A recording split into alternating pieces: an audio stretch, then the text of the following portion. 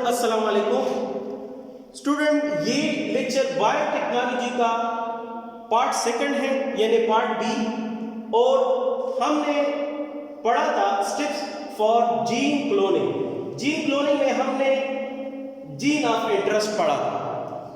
Next हमारे पास है मॉलिक्यूलर सीजर। मॉलिक्यूलर सीजर को हम कहते हैं रेस्ट्रिक्शन एंडोन्यूक्लियेज एंजाइम। मॉलिक्यूलर सीजर जो है इसको रेस्ट्रिक्शन एंडोन्यूक्लियेज एंजाइम भी कहा जाता है।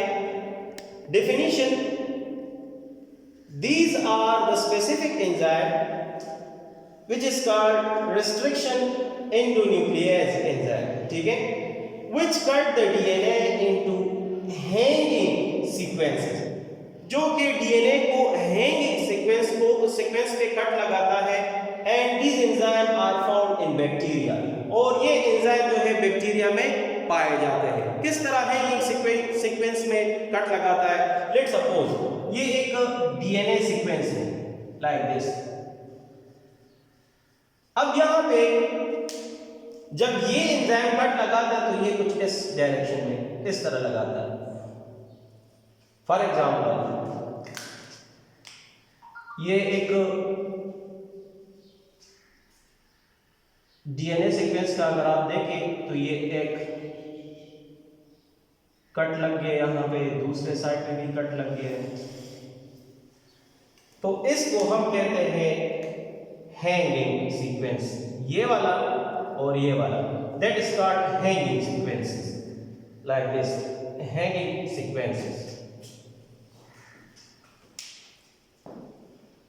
Next explanation: these enzymes cut the phosphodiester bond of both strand of DNA। phosphodiester bond यहां आप लोगों ने पढ़ा है पहले डीएनए चैप्टर में कि phosphodiester bond कहां पे पाया जाता है? न्यूक्लियोटाइड के दरमियान होते हैं phosphodiester bond, और ये phosphodiester bond को कट लगाता है, उसको ब्रेक कर देते हैं। In bacteria these enzymes act as a host defense। Bacteria में ये एंजाइम डिफेंस के तौर पे भी काम करता है, होस्ट डिफेंस के तौर पे।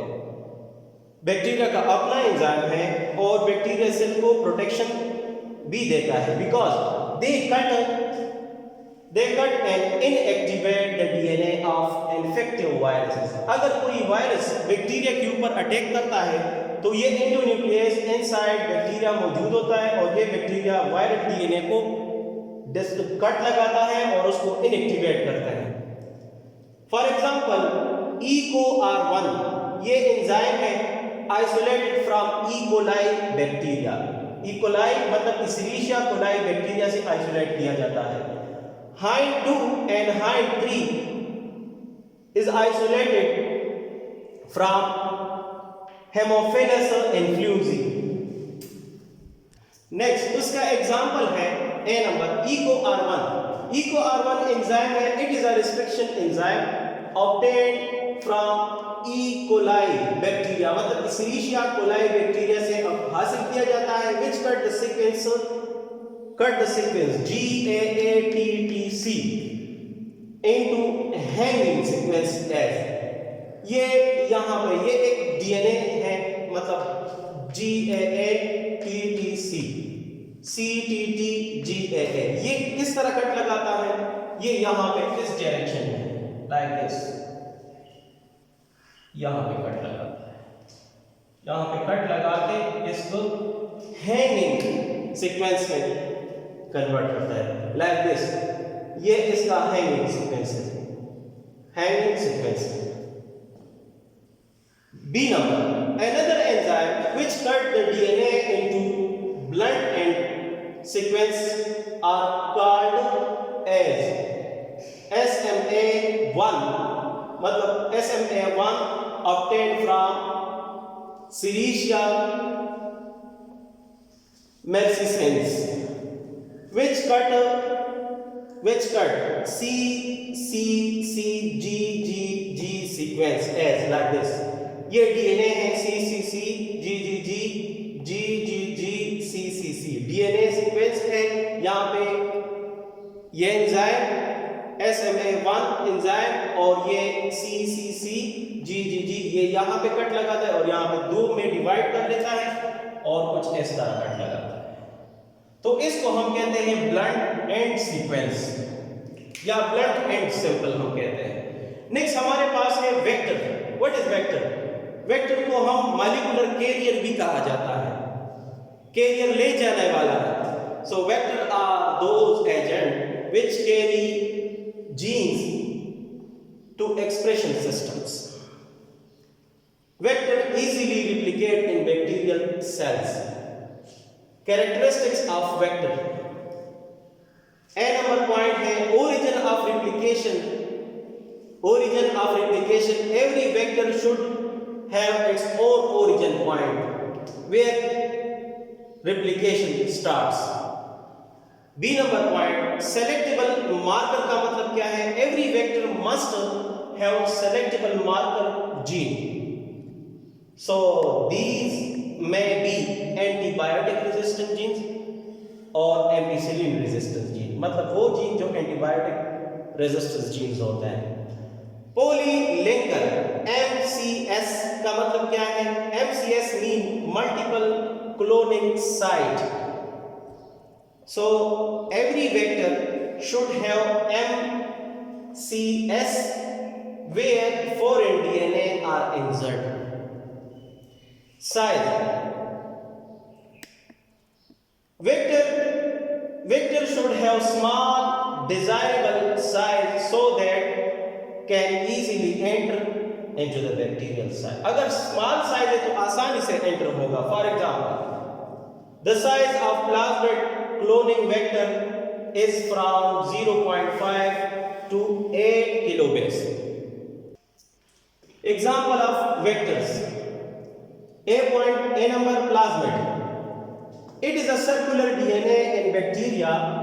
It is considered as a good vector because it is naturally present in bacteria. And it can easily replicate in bacteria. Plasmid can easily be modified like PBr 322. मतलब समझ आ गया कि प्लाज्मिड जो है ये सर्कुलर डीएनए होता है bacteria में और ये as a good vector consider किया जाता है, नेचुरली प्रेजेंट होता है बैक्टीरिया में और इजीली रिप्लिकेट होता है। और प्लाज्मिड को आसानी से मॉडिफाइड किया जाता है और जब मॉडिफाइड हो जाए तो PBr1 322 में कन्वर्ट हो जाता है और उसका मतलब ये है PBr1 322 it is a small vector of 4363 BP यानी base pair size and can carry 6 kb DNA kilobase DNA. Site are present for foreign DNA like PST1, PVU1, SAC1, BAM H1 3 like this. That is the modified plasmid. इसका ये origin point है, यहाँ पे MPR है, यहाँ पे TETI, TETI, PSTI, PUV1 और SAC1 या BAM H1 and H3 ये इसके मुख्तलिफ साइड्स हैं। नेक्स्ट हमारे पास है मॉलिक्यूलर ग्लो। मॉलिक्यूलर ग्लो में है डीएनए लाइगेज। मॉलिक्यूलर ग्लो को हम डीएनए लाइगेज भी कहा जाता है।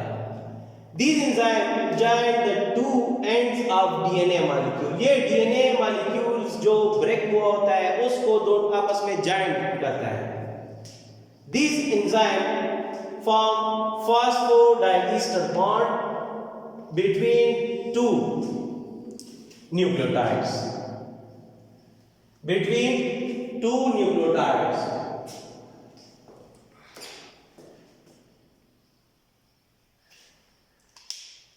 The linkage is formed between 3 OH group and 3 carbon, मतलब third number carbon पे, and 5 PO4 group, 5 and PO4 group at carbon number 5.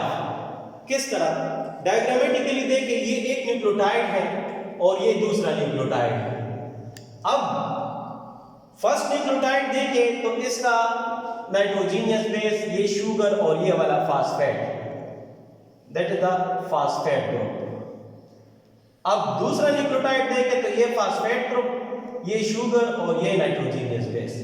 अब जी यहां पे देखिए, ये शुगर है, शुगर का कार्बन नंबर 1 2 3 4 5 नंबर कार्बन के साथ ये भी 5 नंबर है, ये भी कार्बन नंबर 5 है और ये 3 है, 3 number carbon.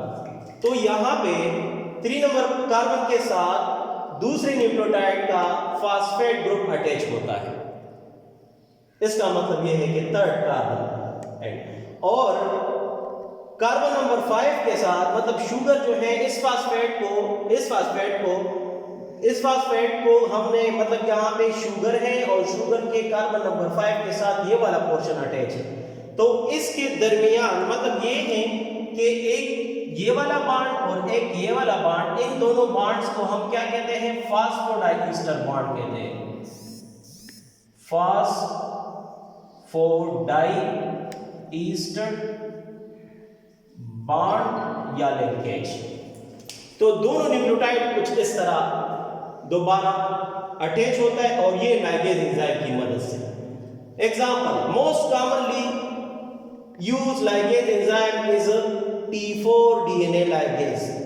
T4 DNA ligase एक मतलब इसका नाम है, ठीक है, और ये ज्यादातर यूज होता है and that is produced by T4 bacteriophage. T4 bacteriophage virus होता है। नेक्स्ट हमारे पास है number 5, expression system. Definition, any environment, for example bacterial cell का एनवायरनमेंट, ठीक है, which can express the foreign gene in the form of polypeptide is called expression system. मतलब बाहर से जो डिजायर जीन हमने लिया है वो इसमें रिप्लिकेट हो जाता है और ये एक्सप्रेस हो जाते हैं पॉलीपेप्टाइड जीन, ठीक है, इसको हम एक्सप्रेशन सिस्टम कहते हैं। फॉर एग्जांपल बैक्टीरिया सेल में ये प्रोसेस होता है। तो स्टूडेंट, ये बायोटेक्नोलॉजी का सेकेंड ईयर लेक्चर का पार्ट बी है।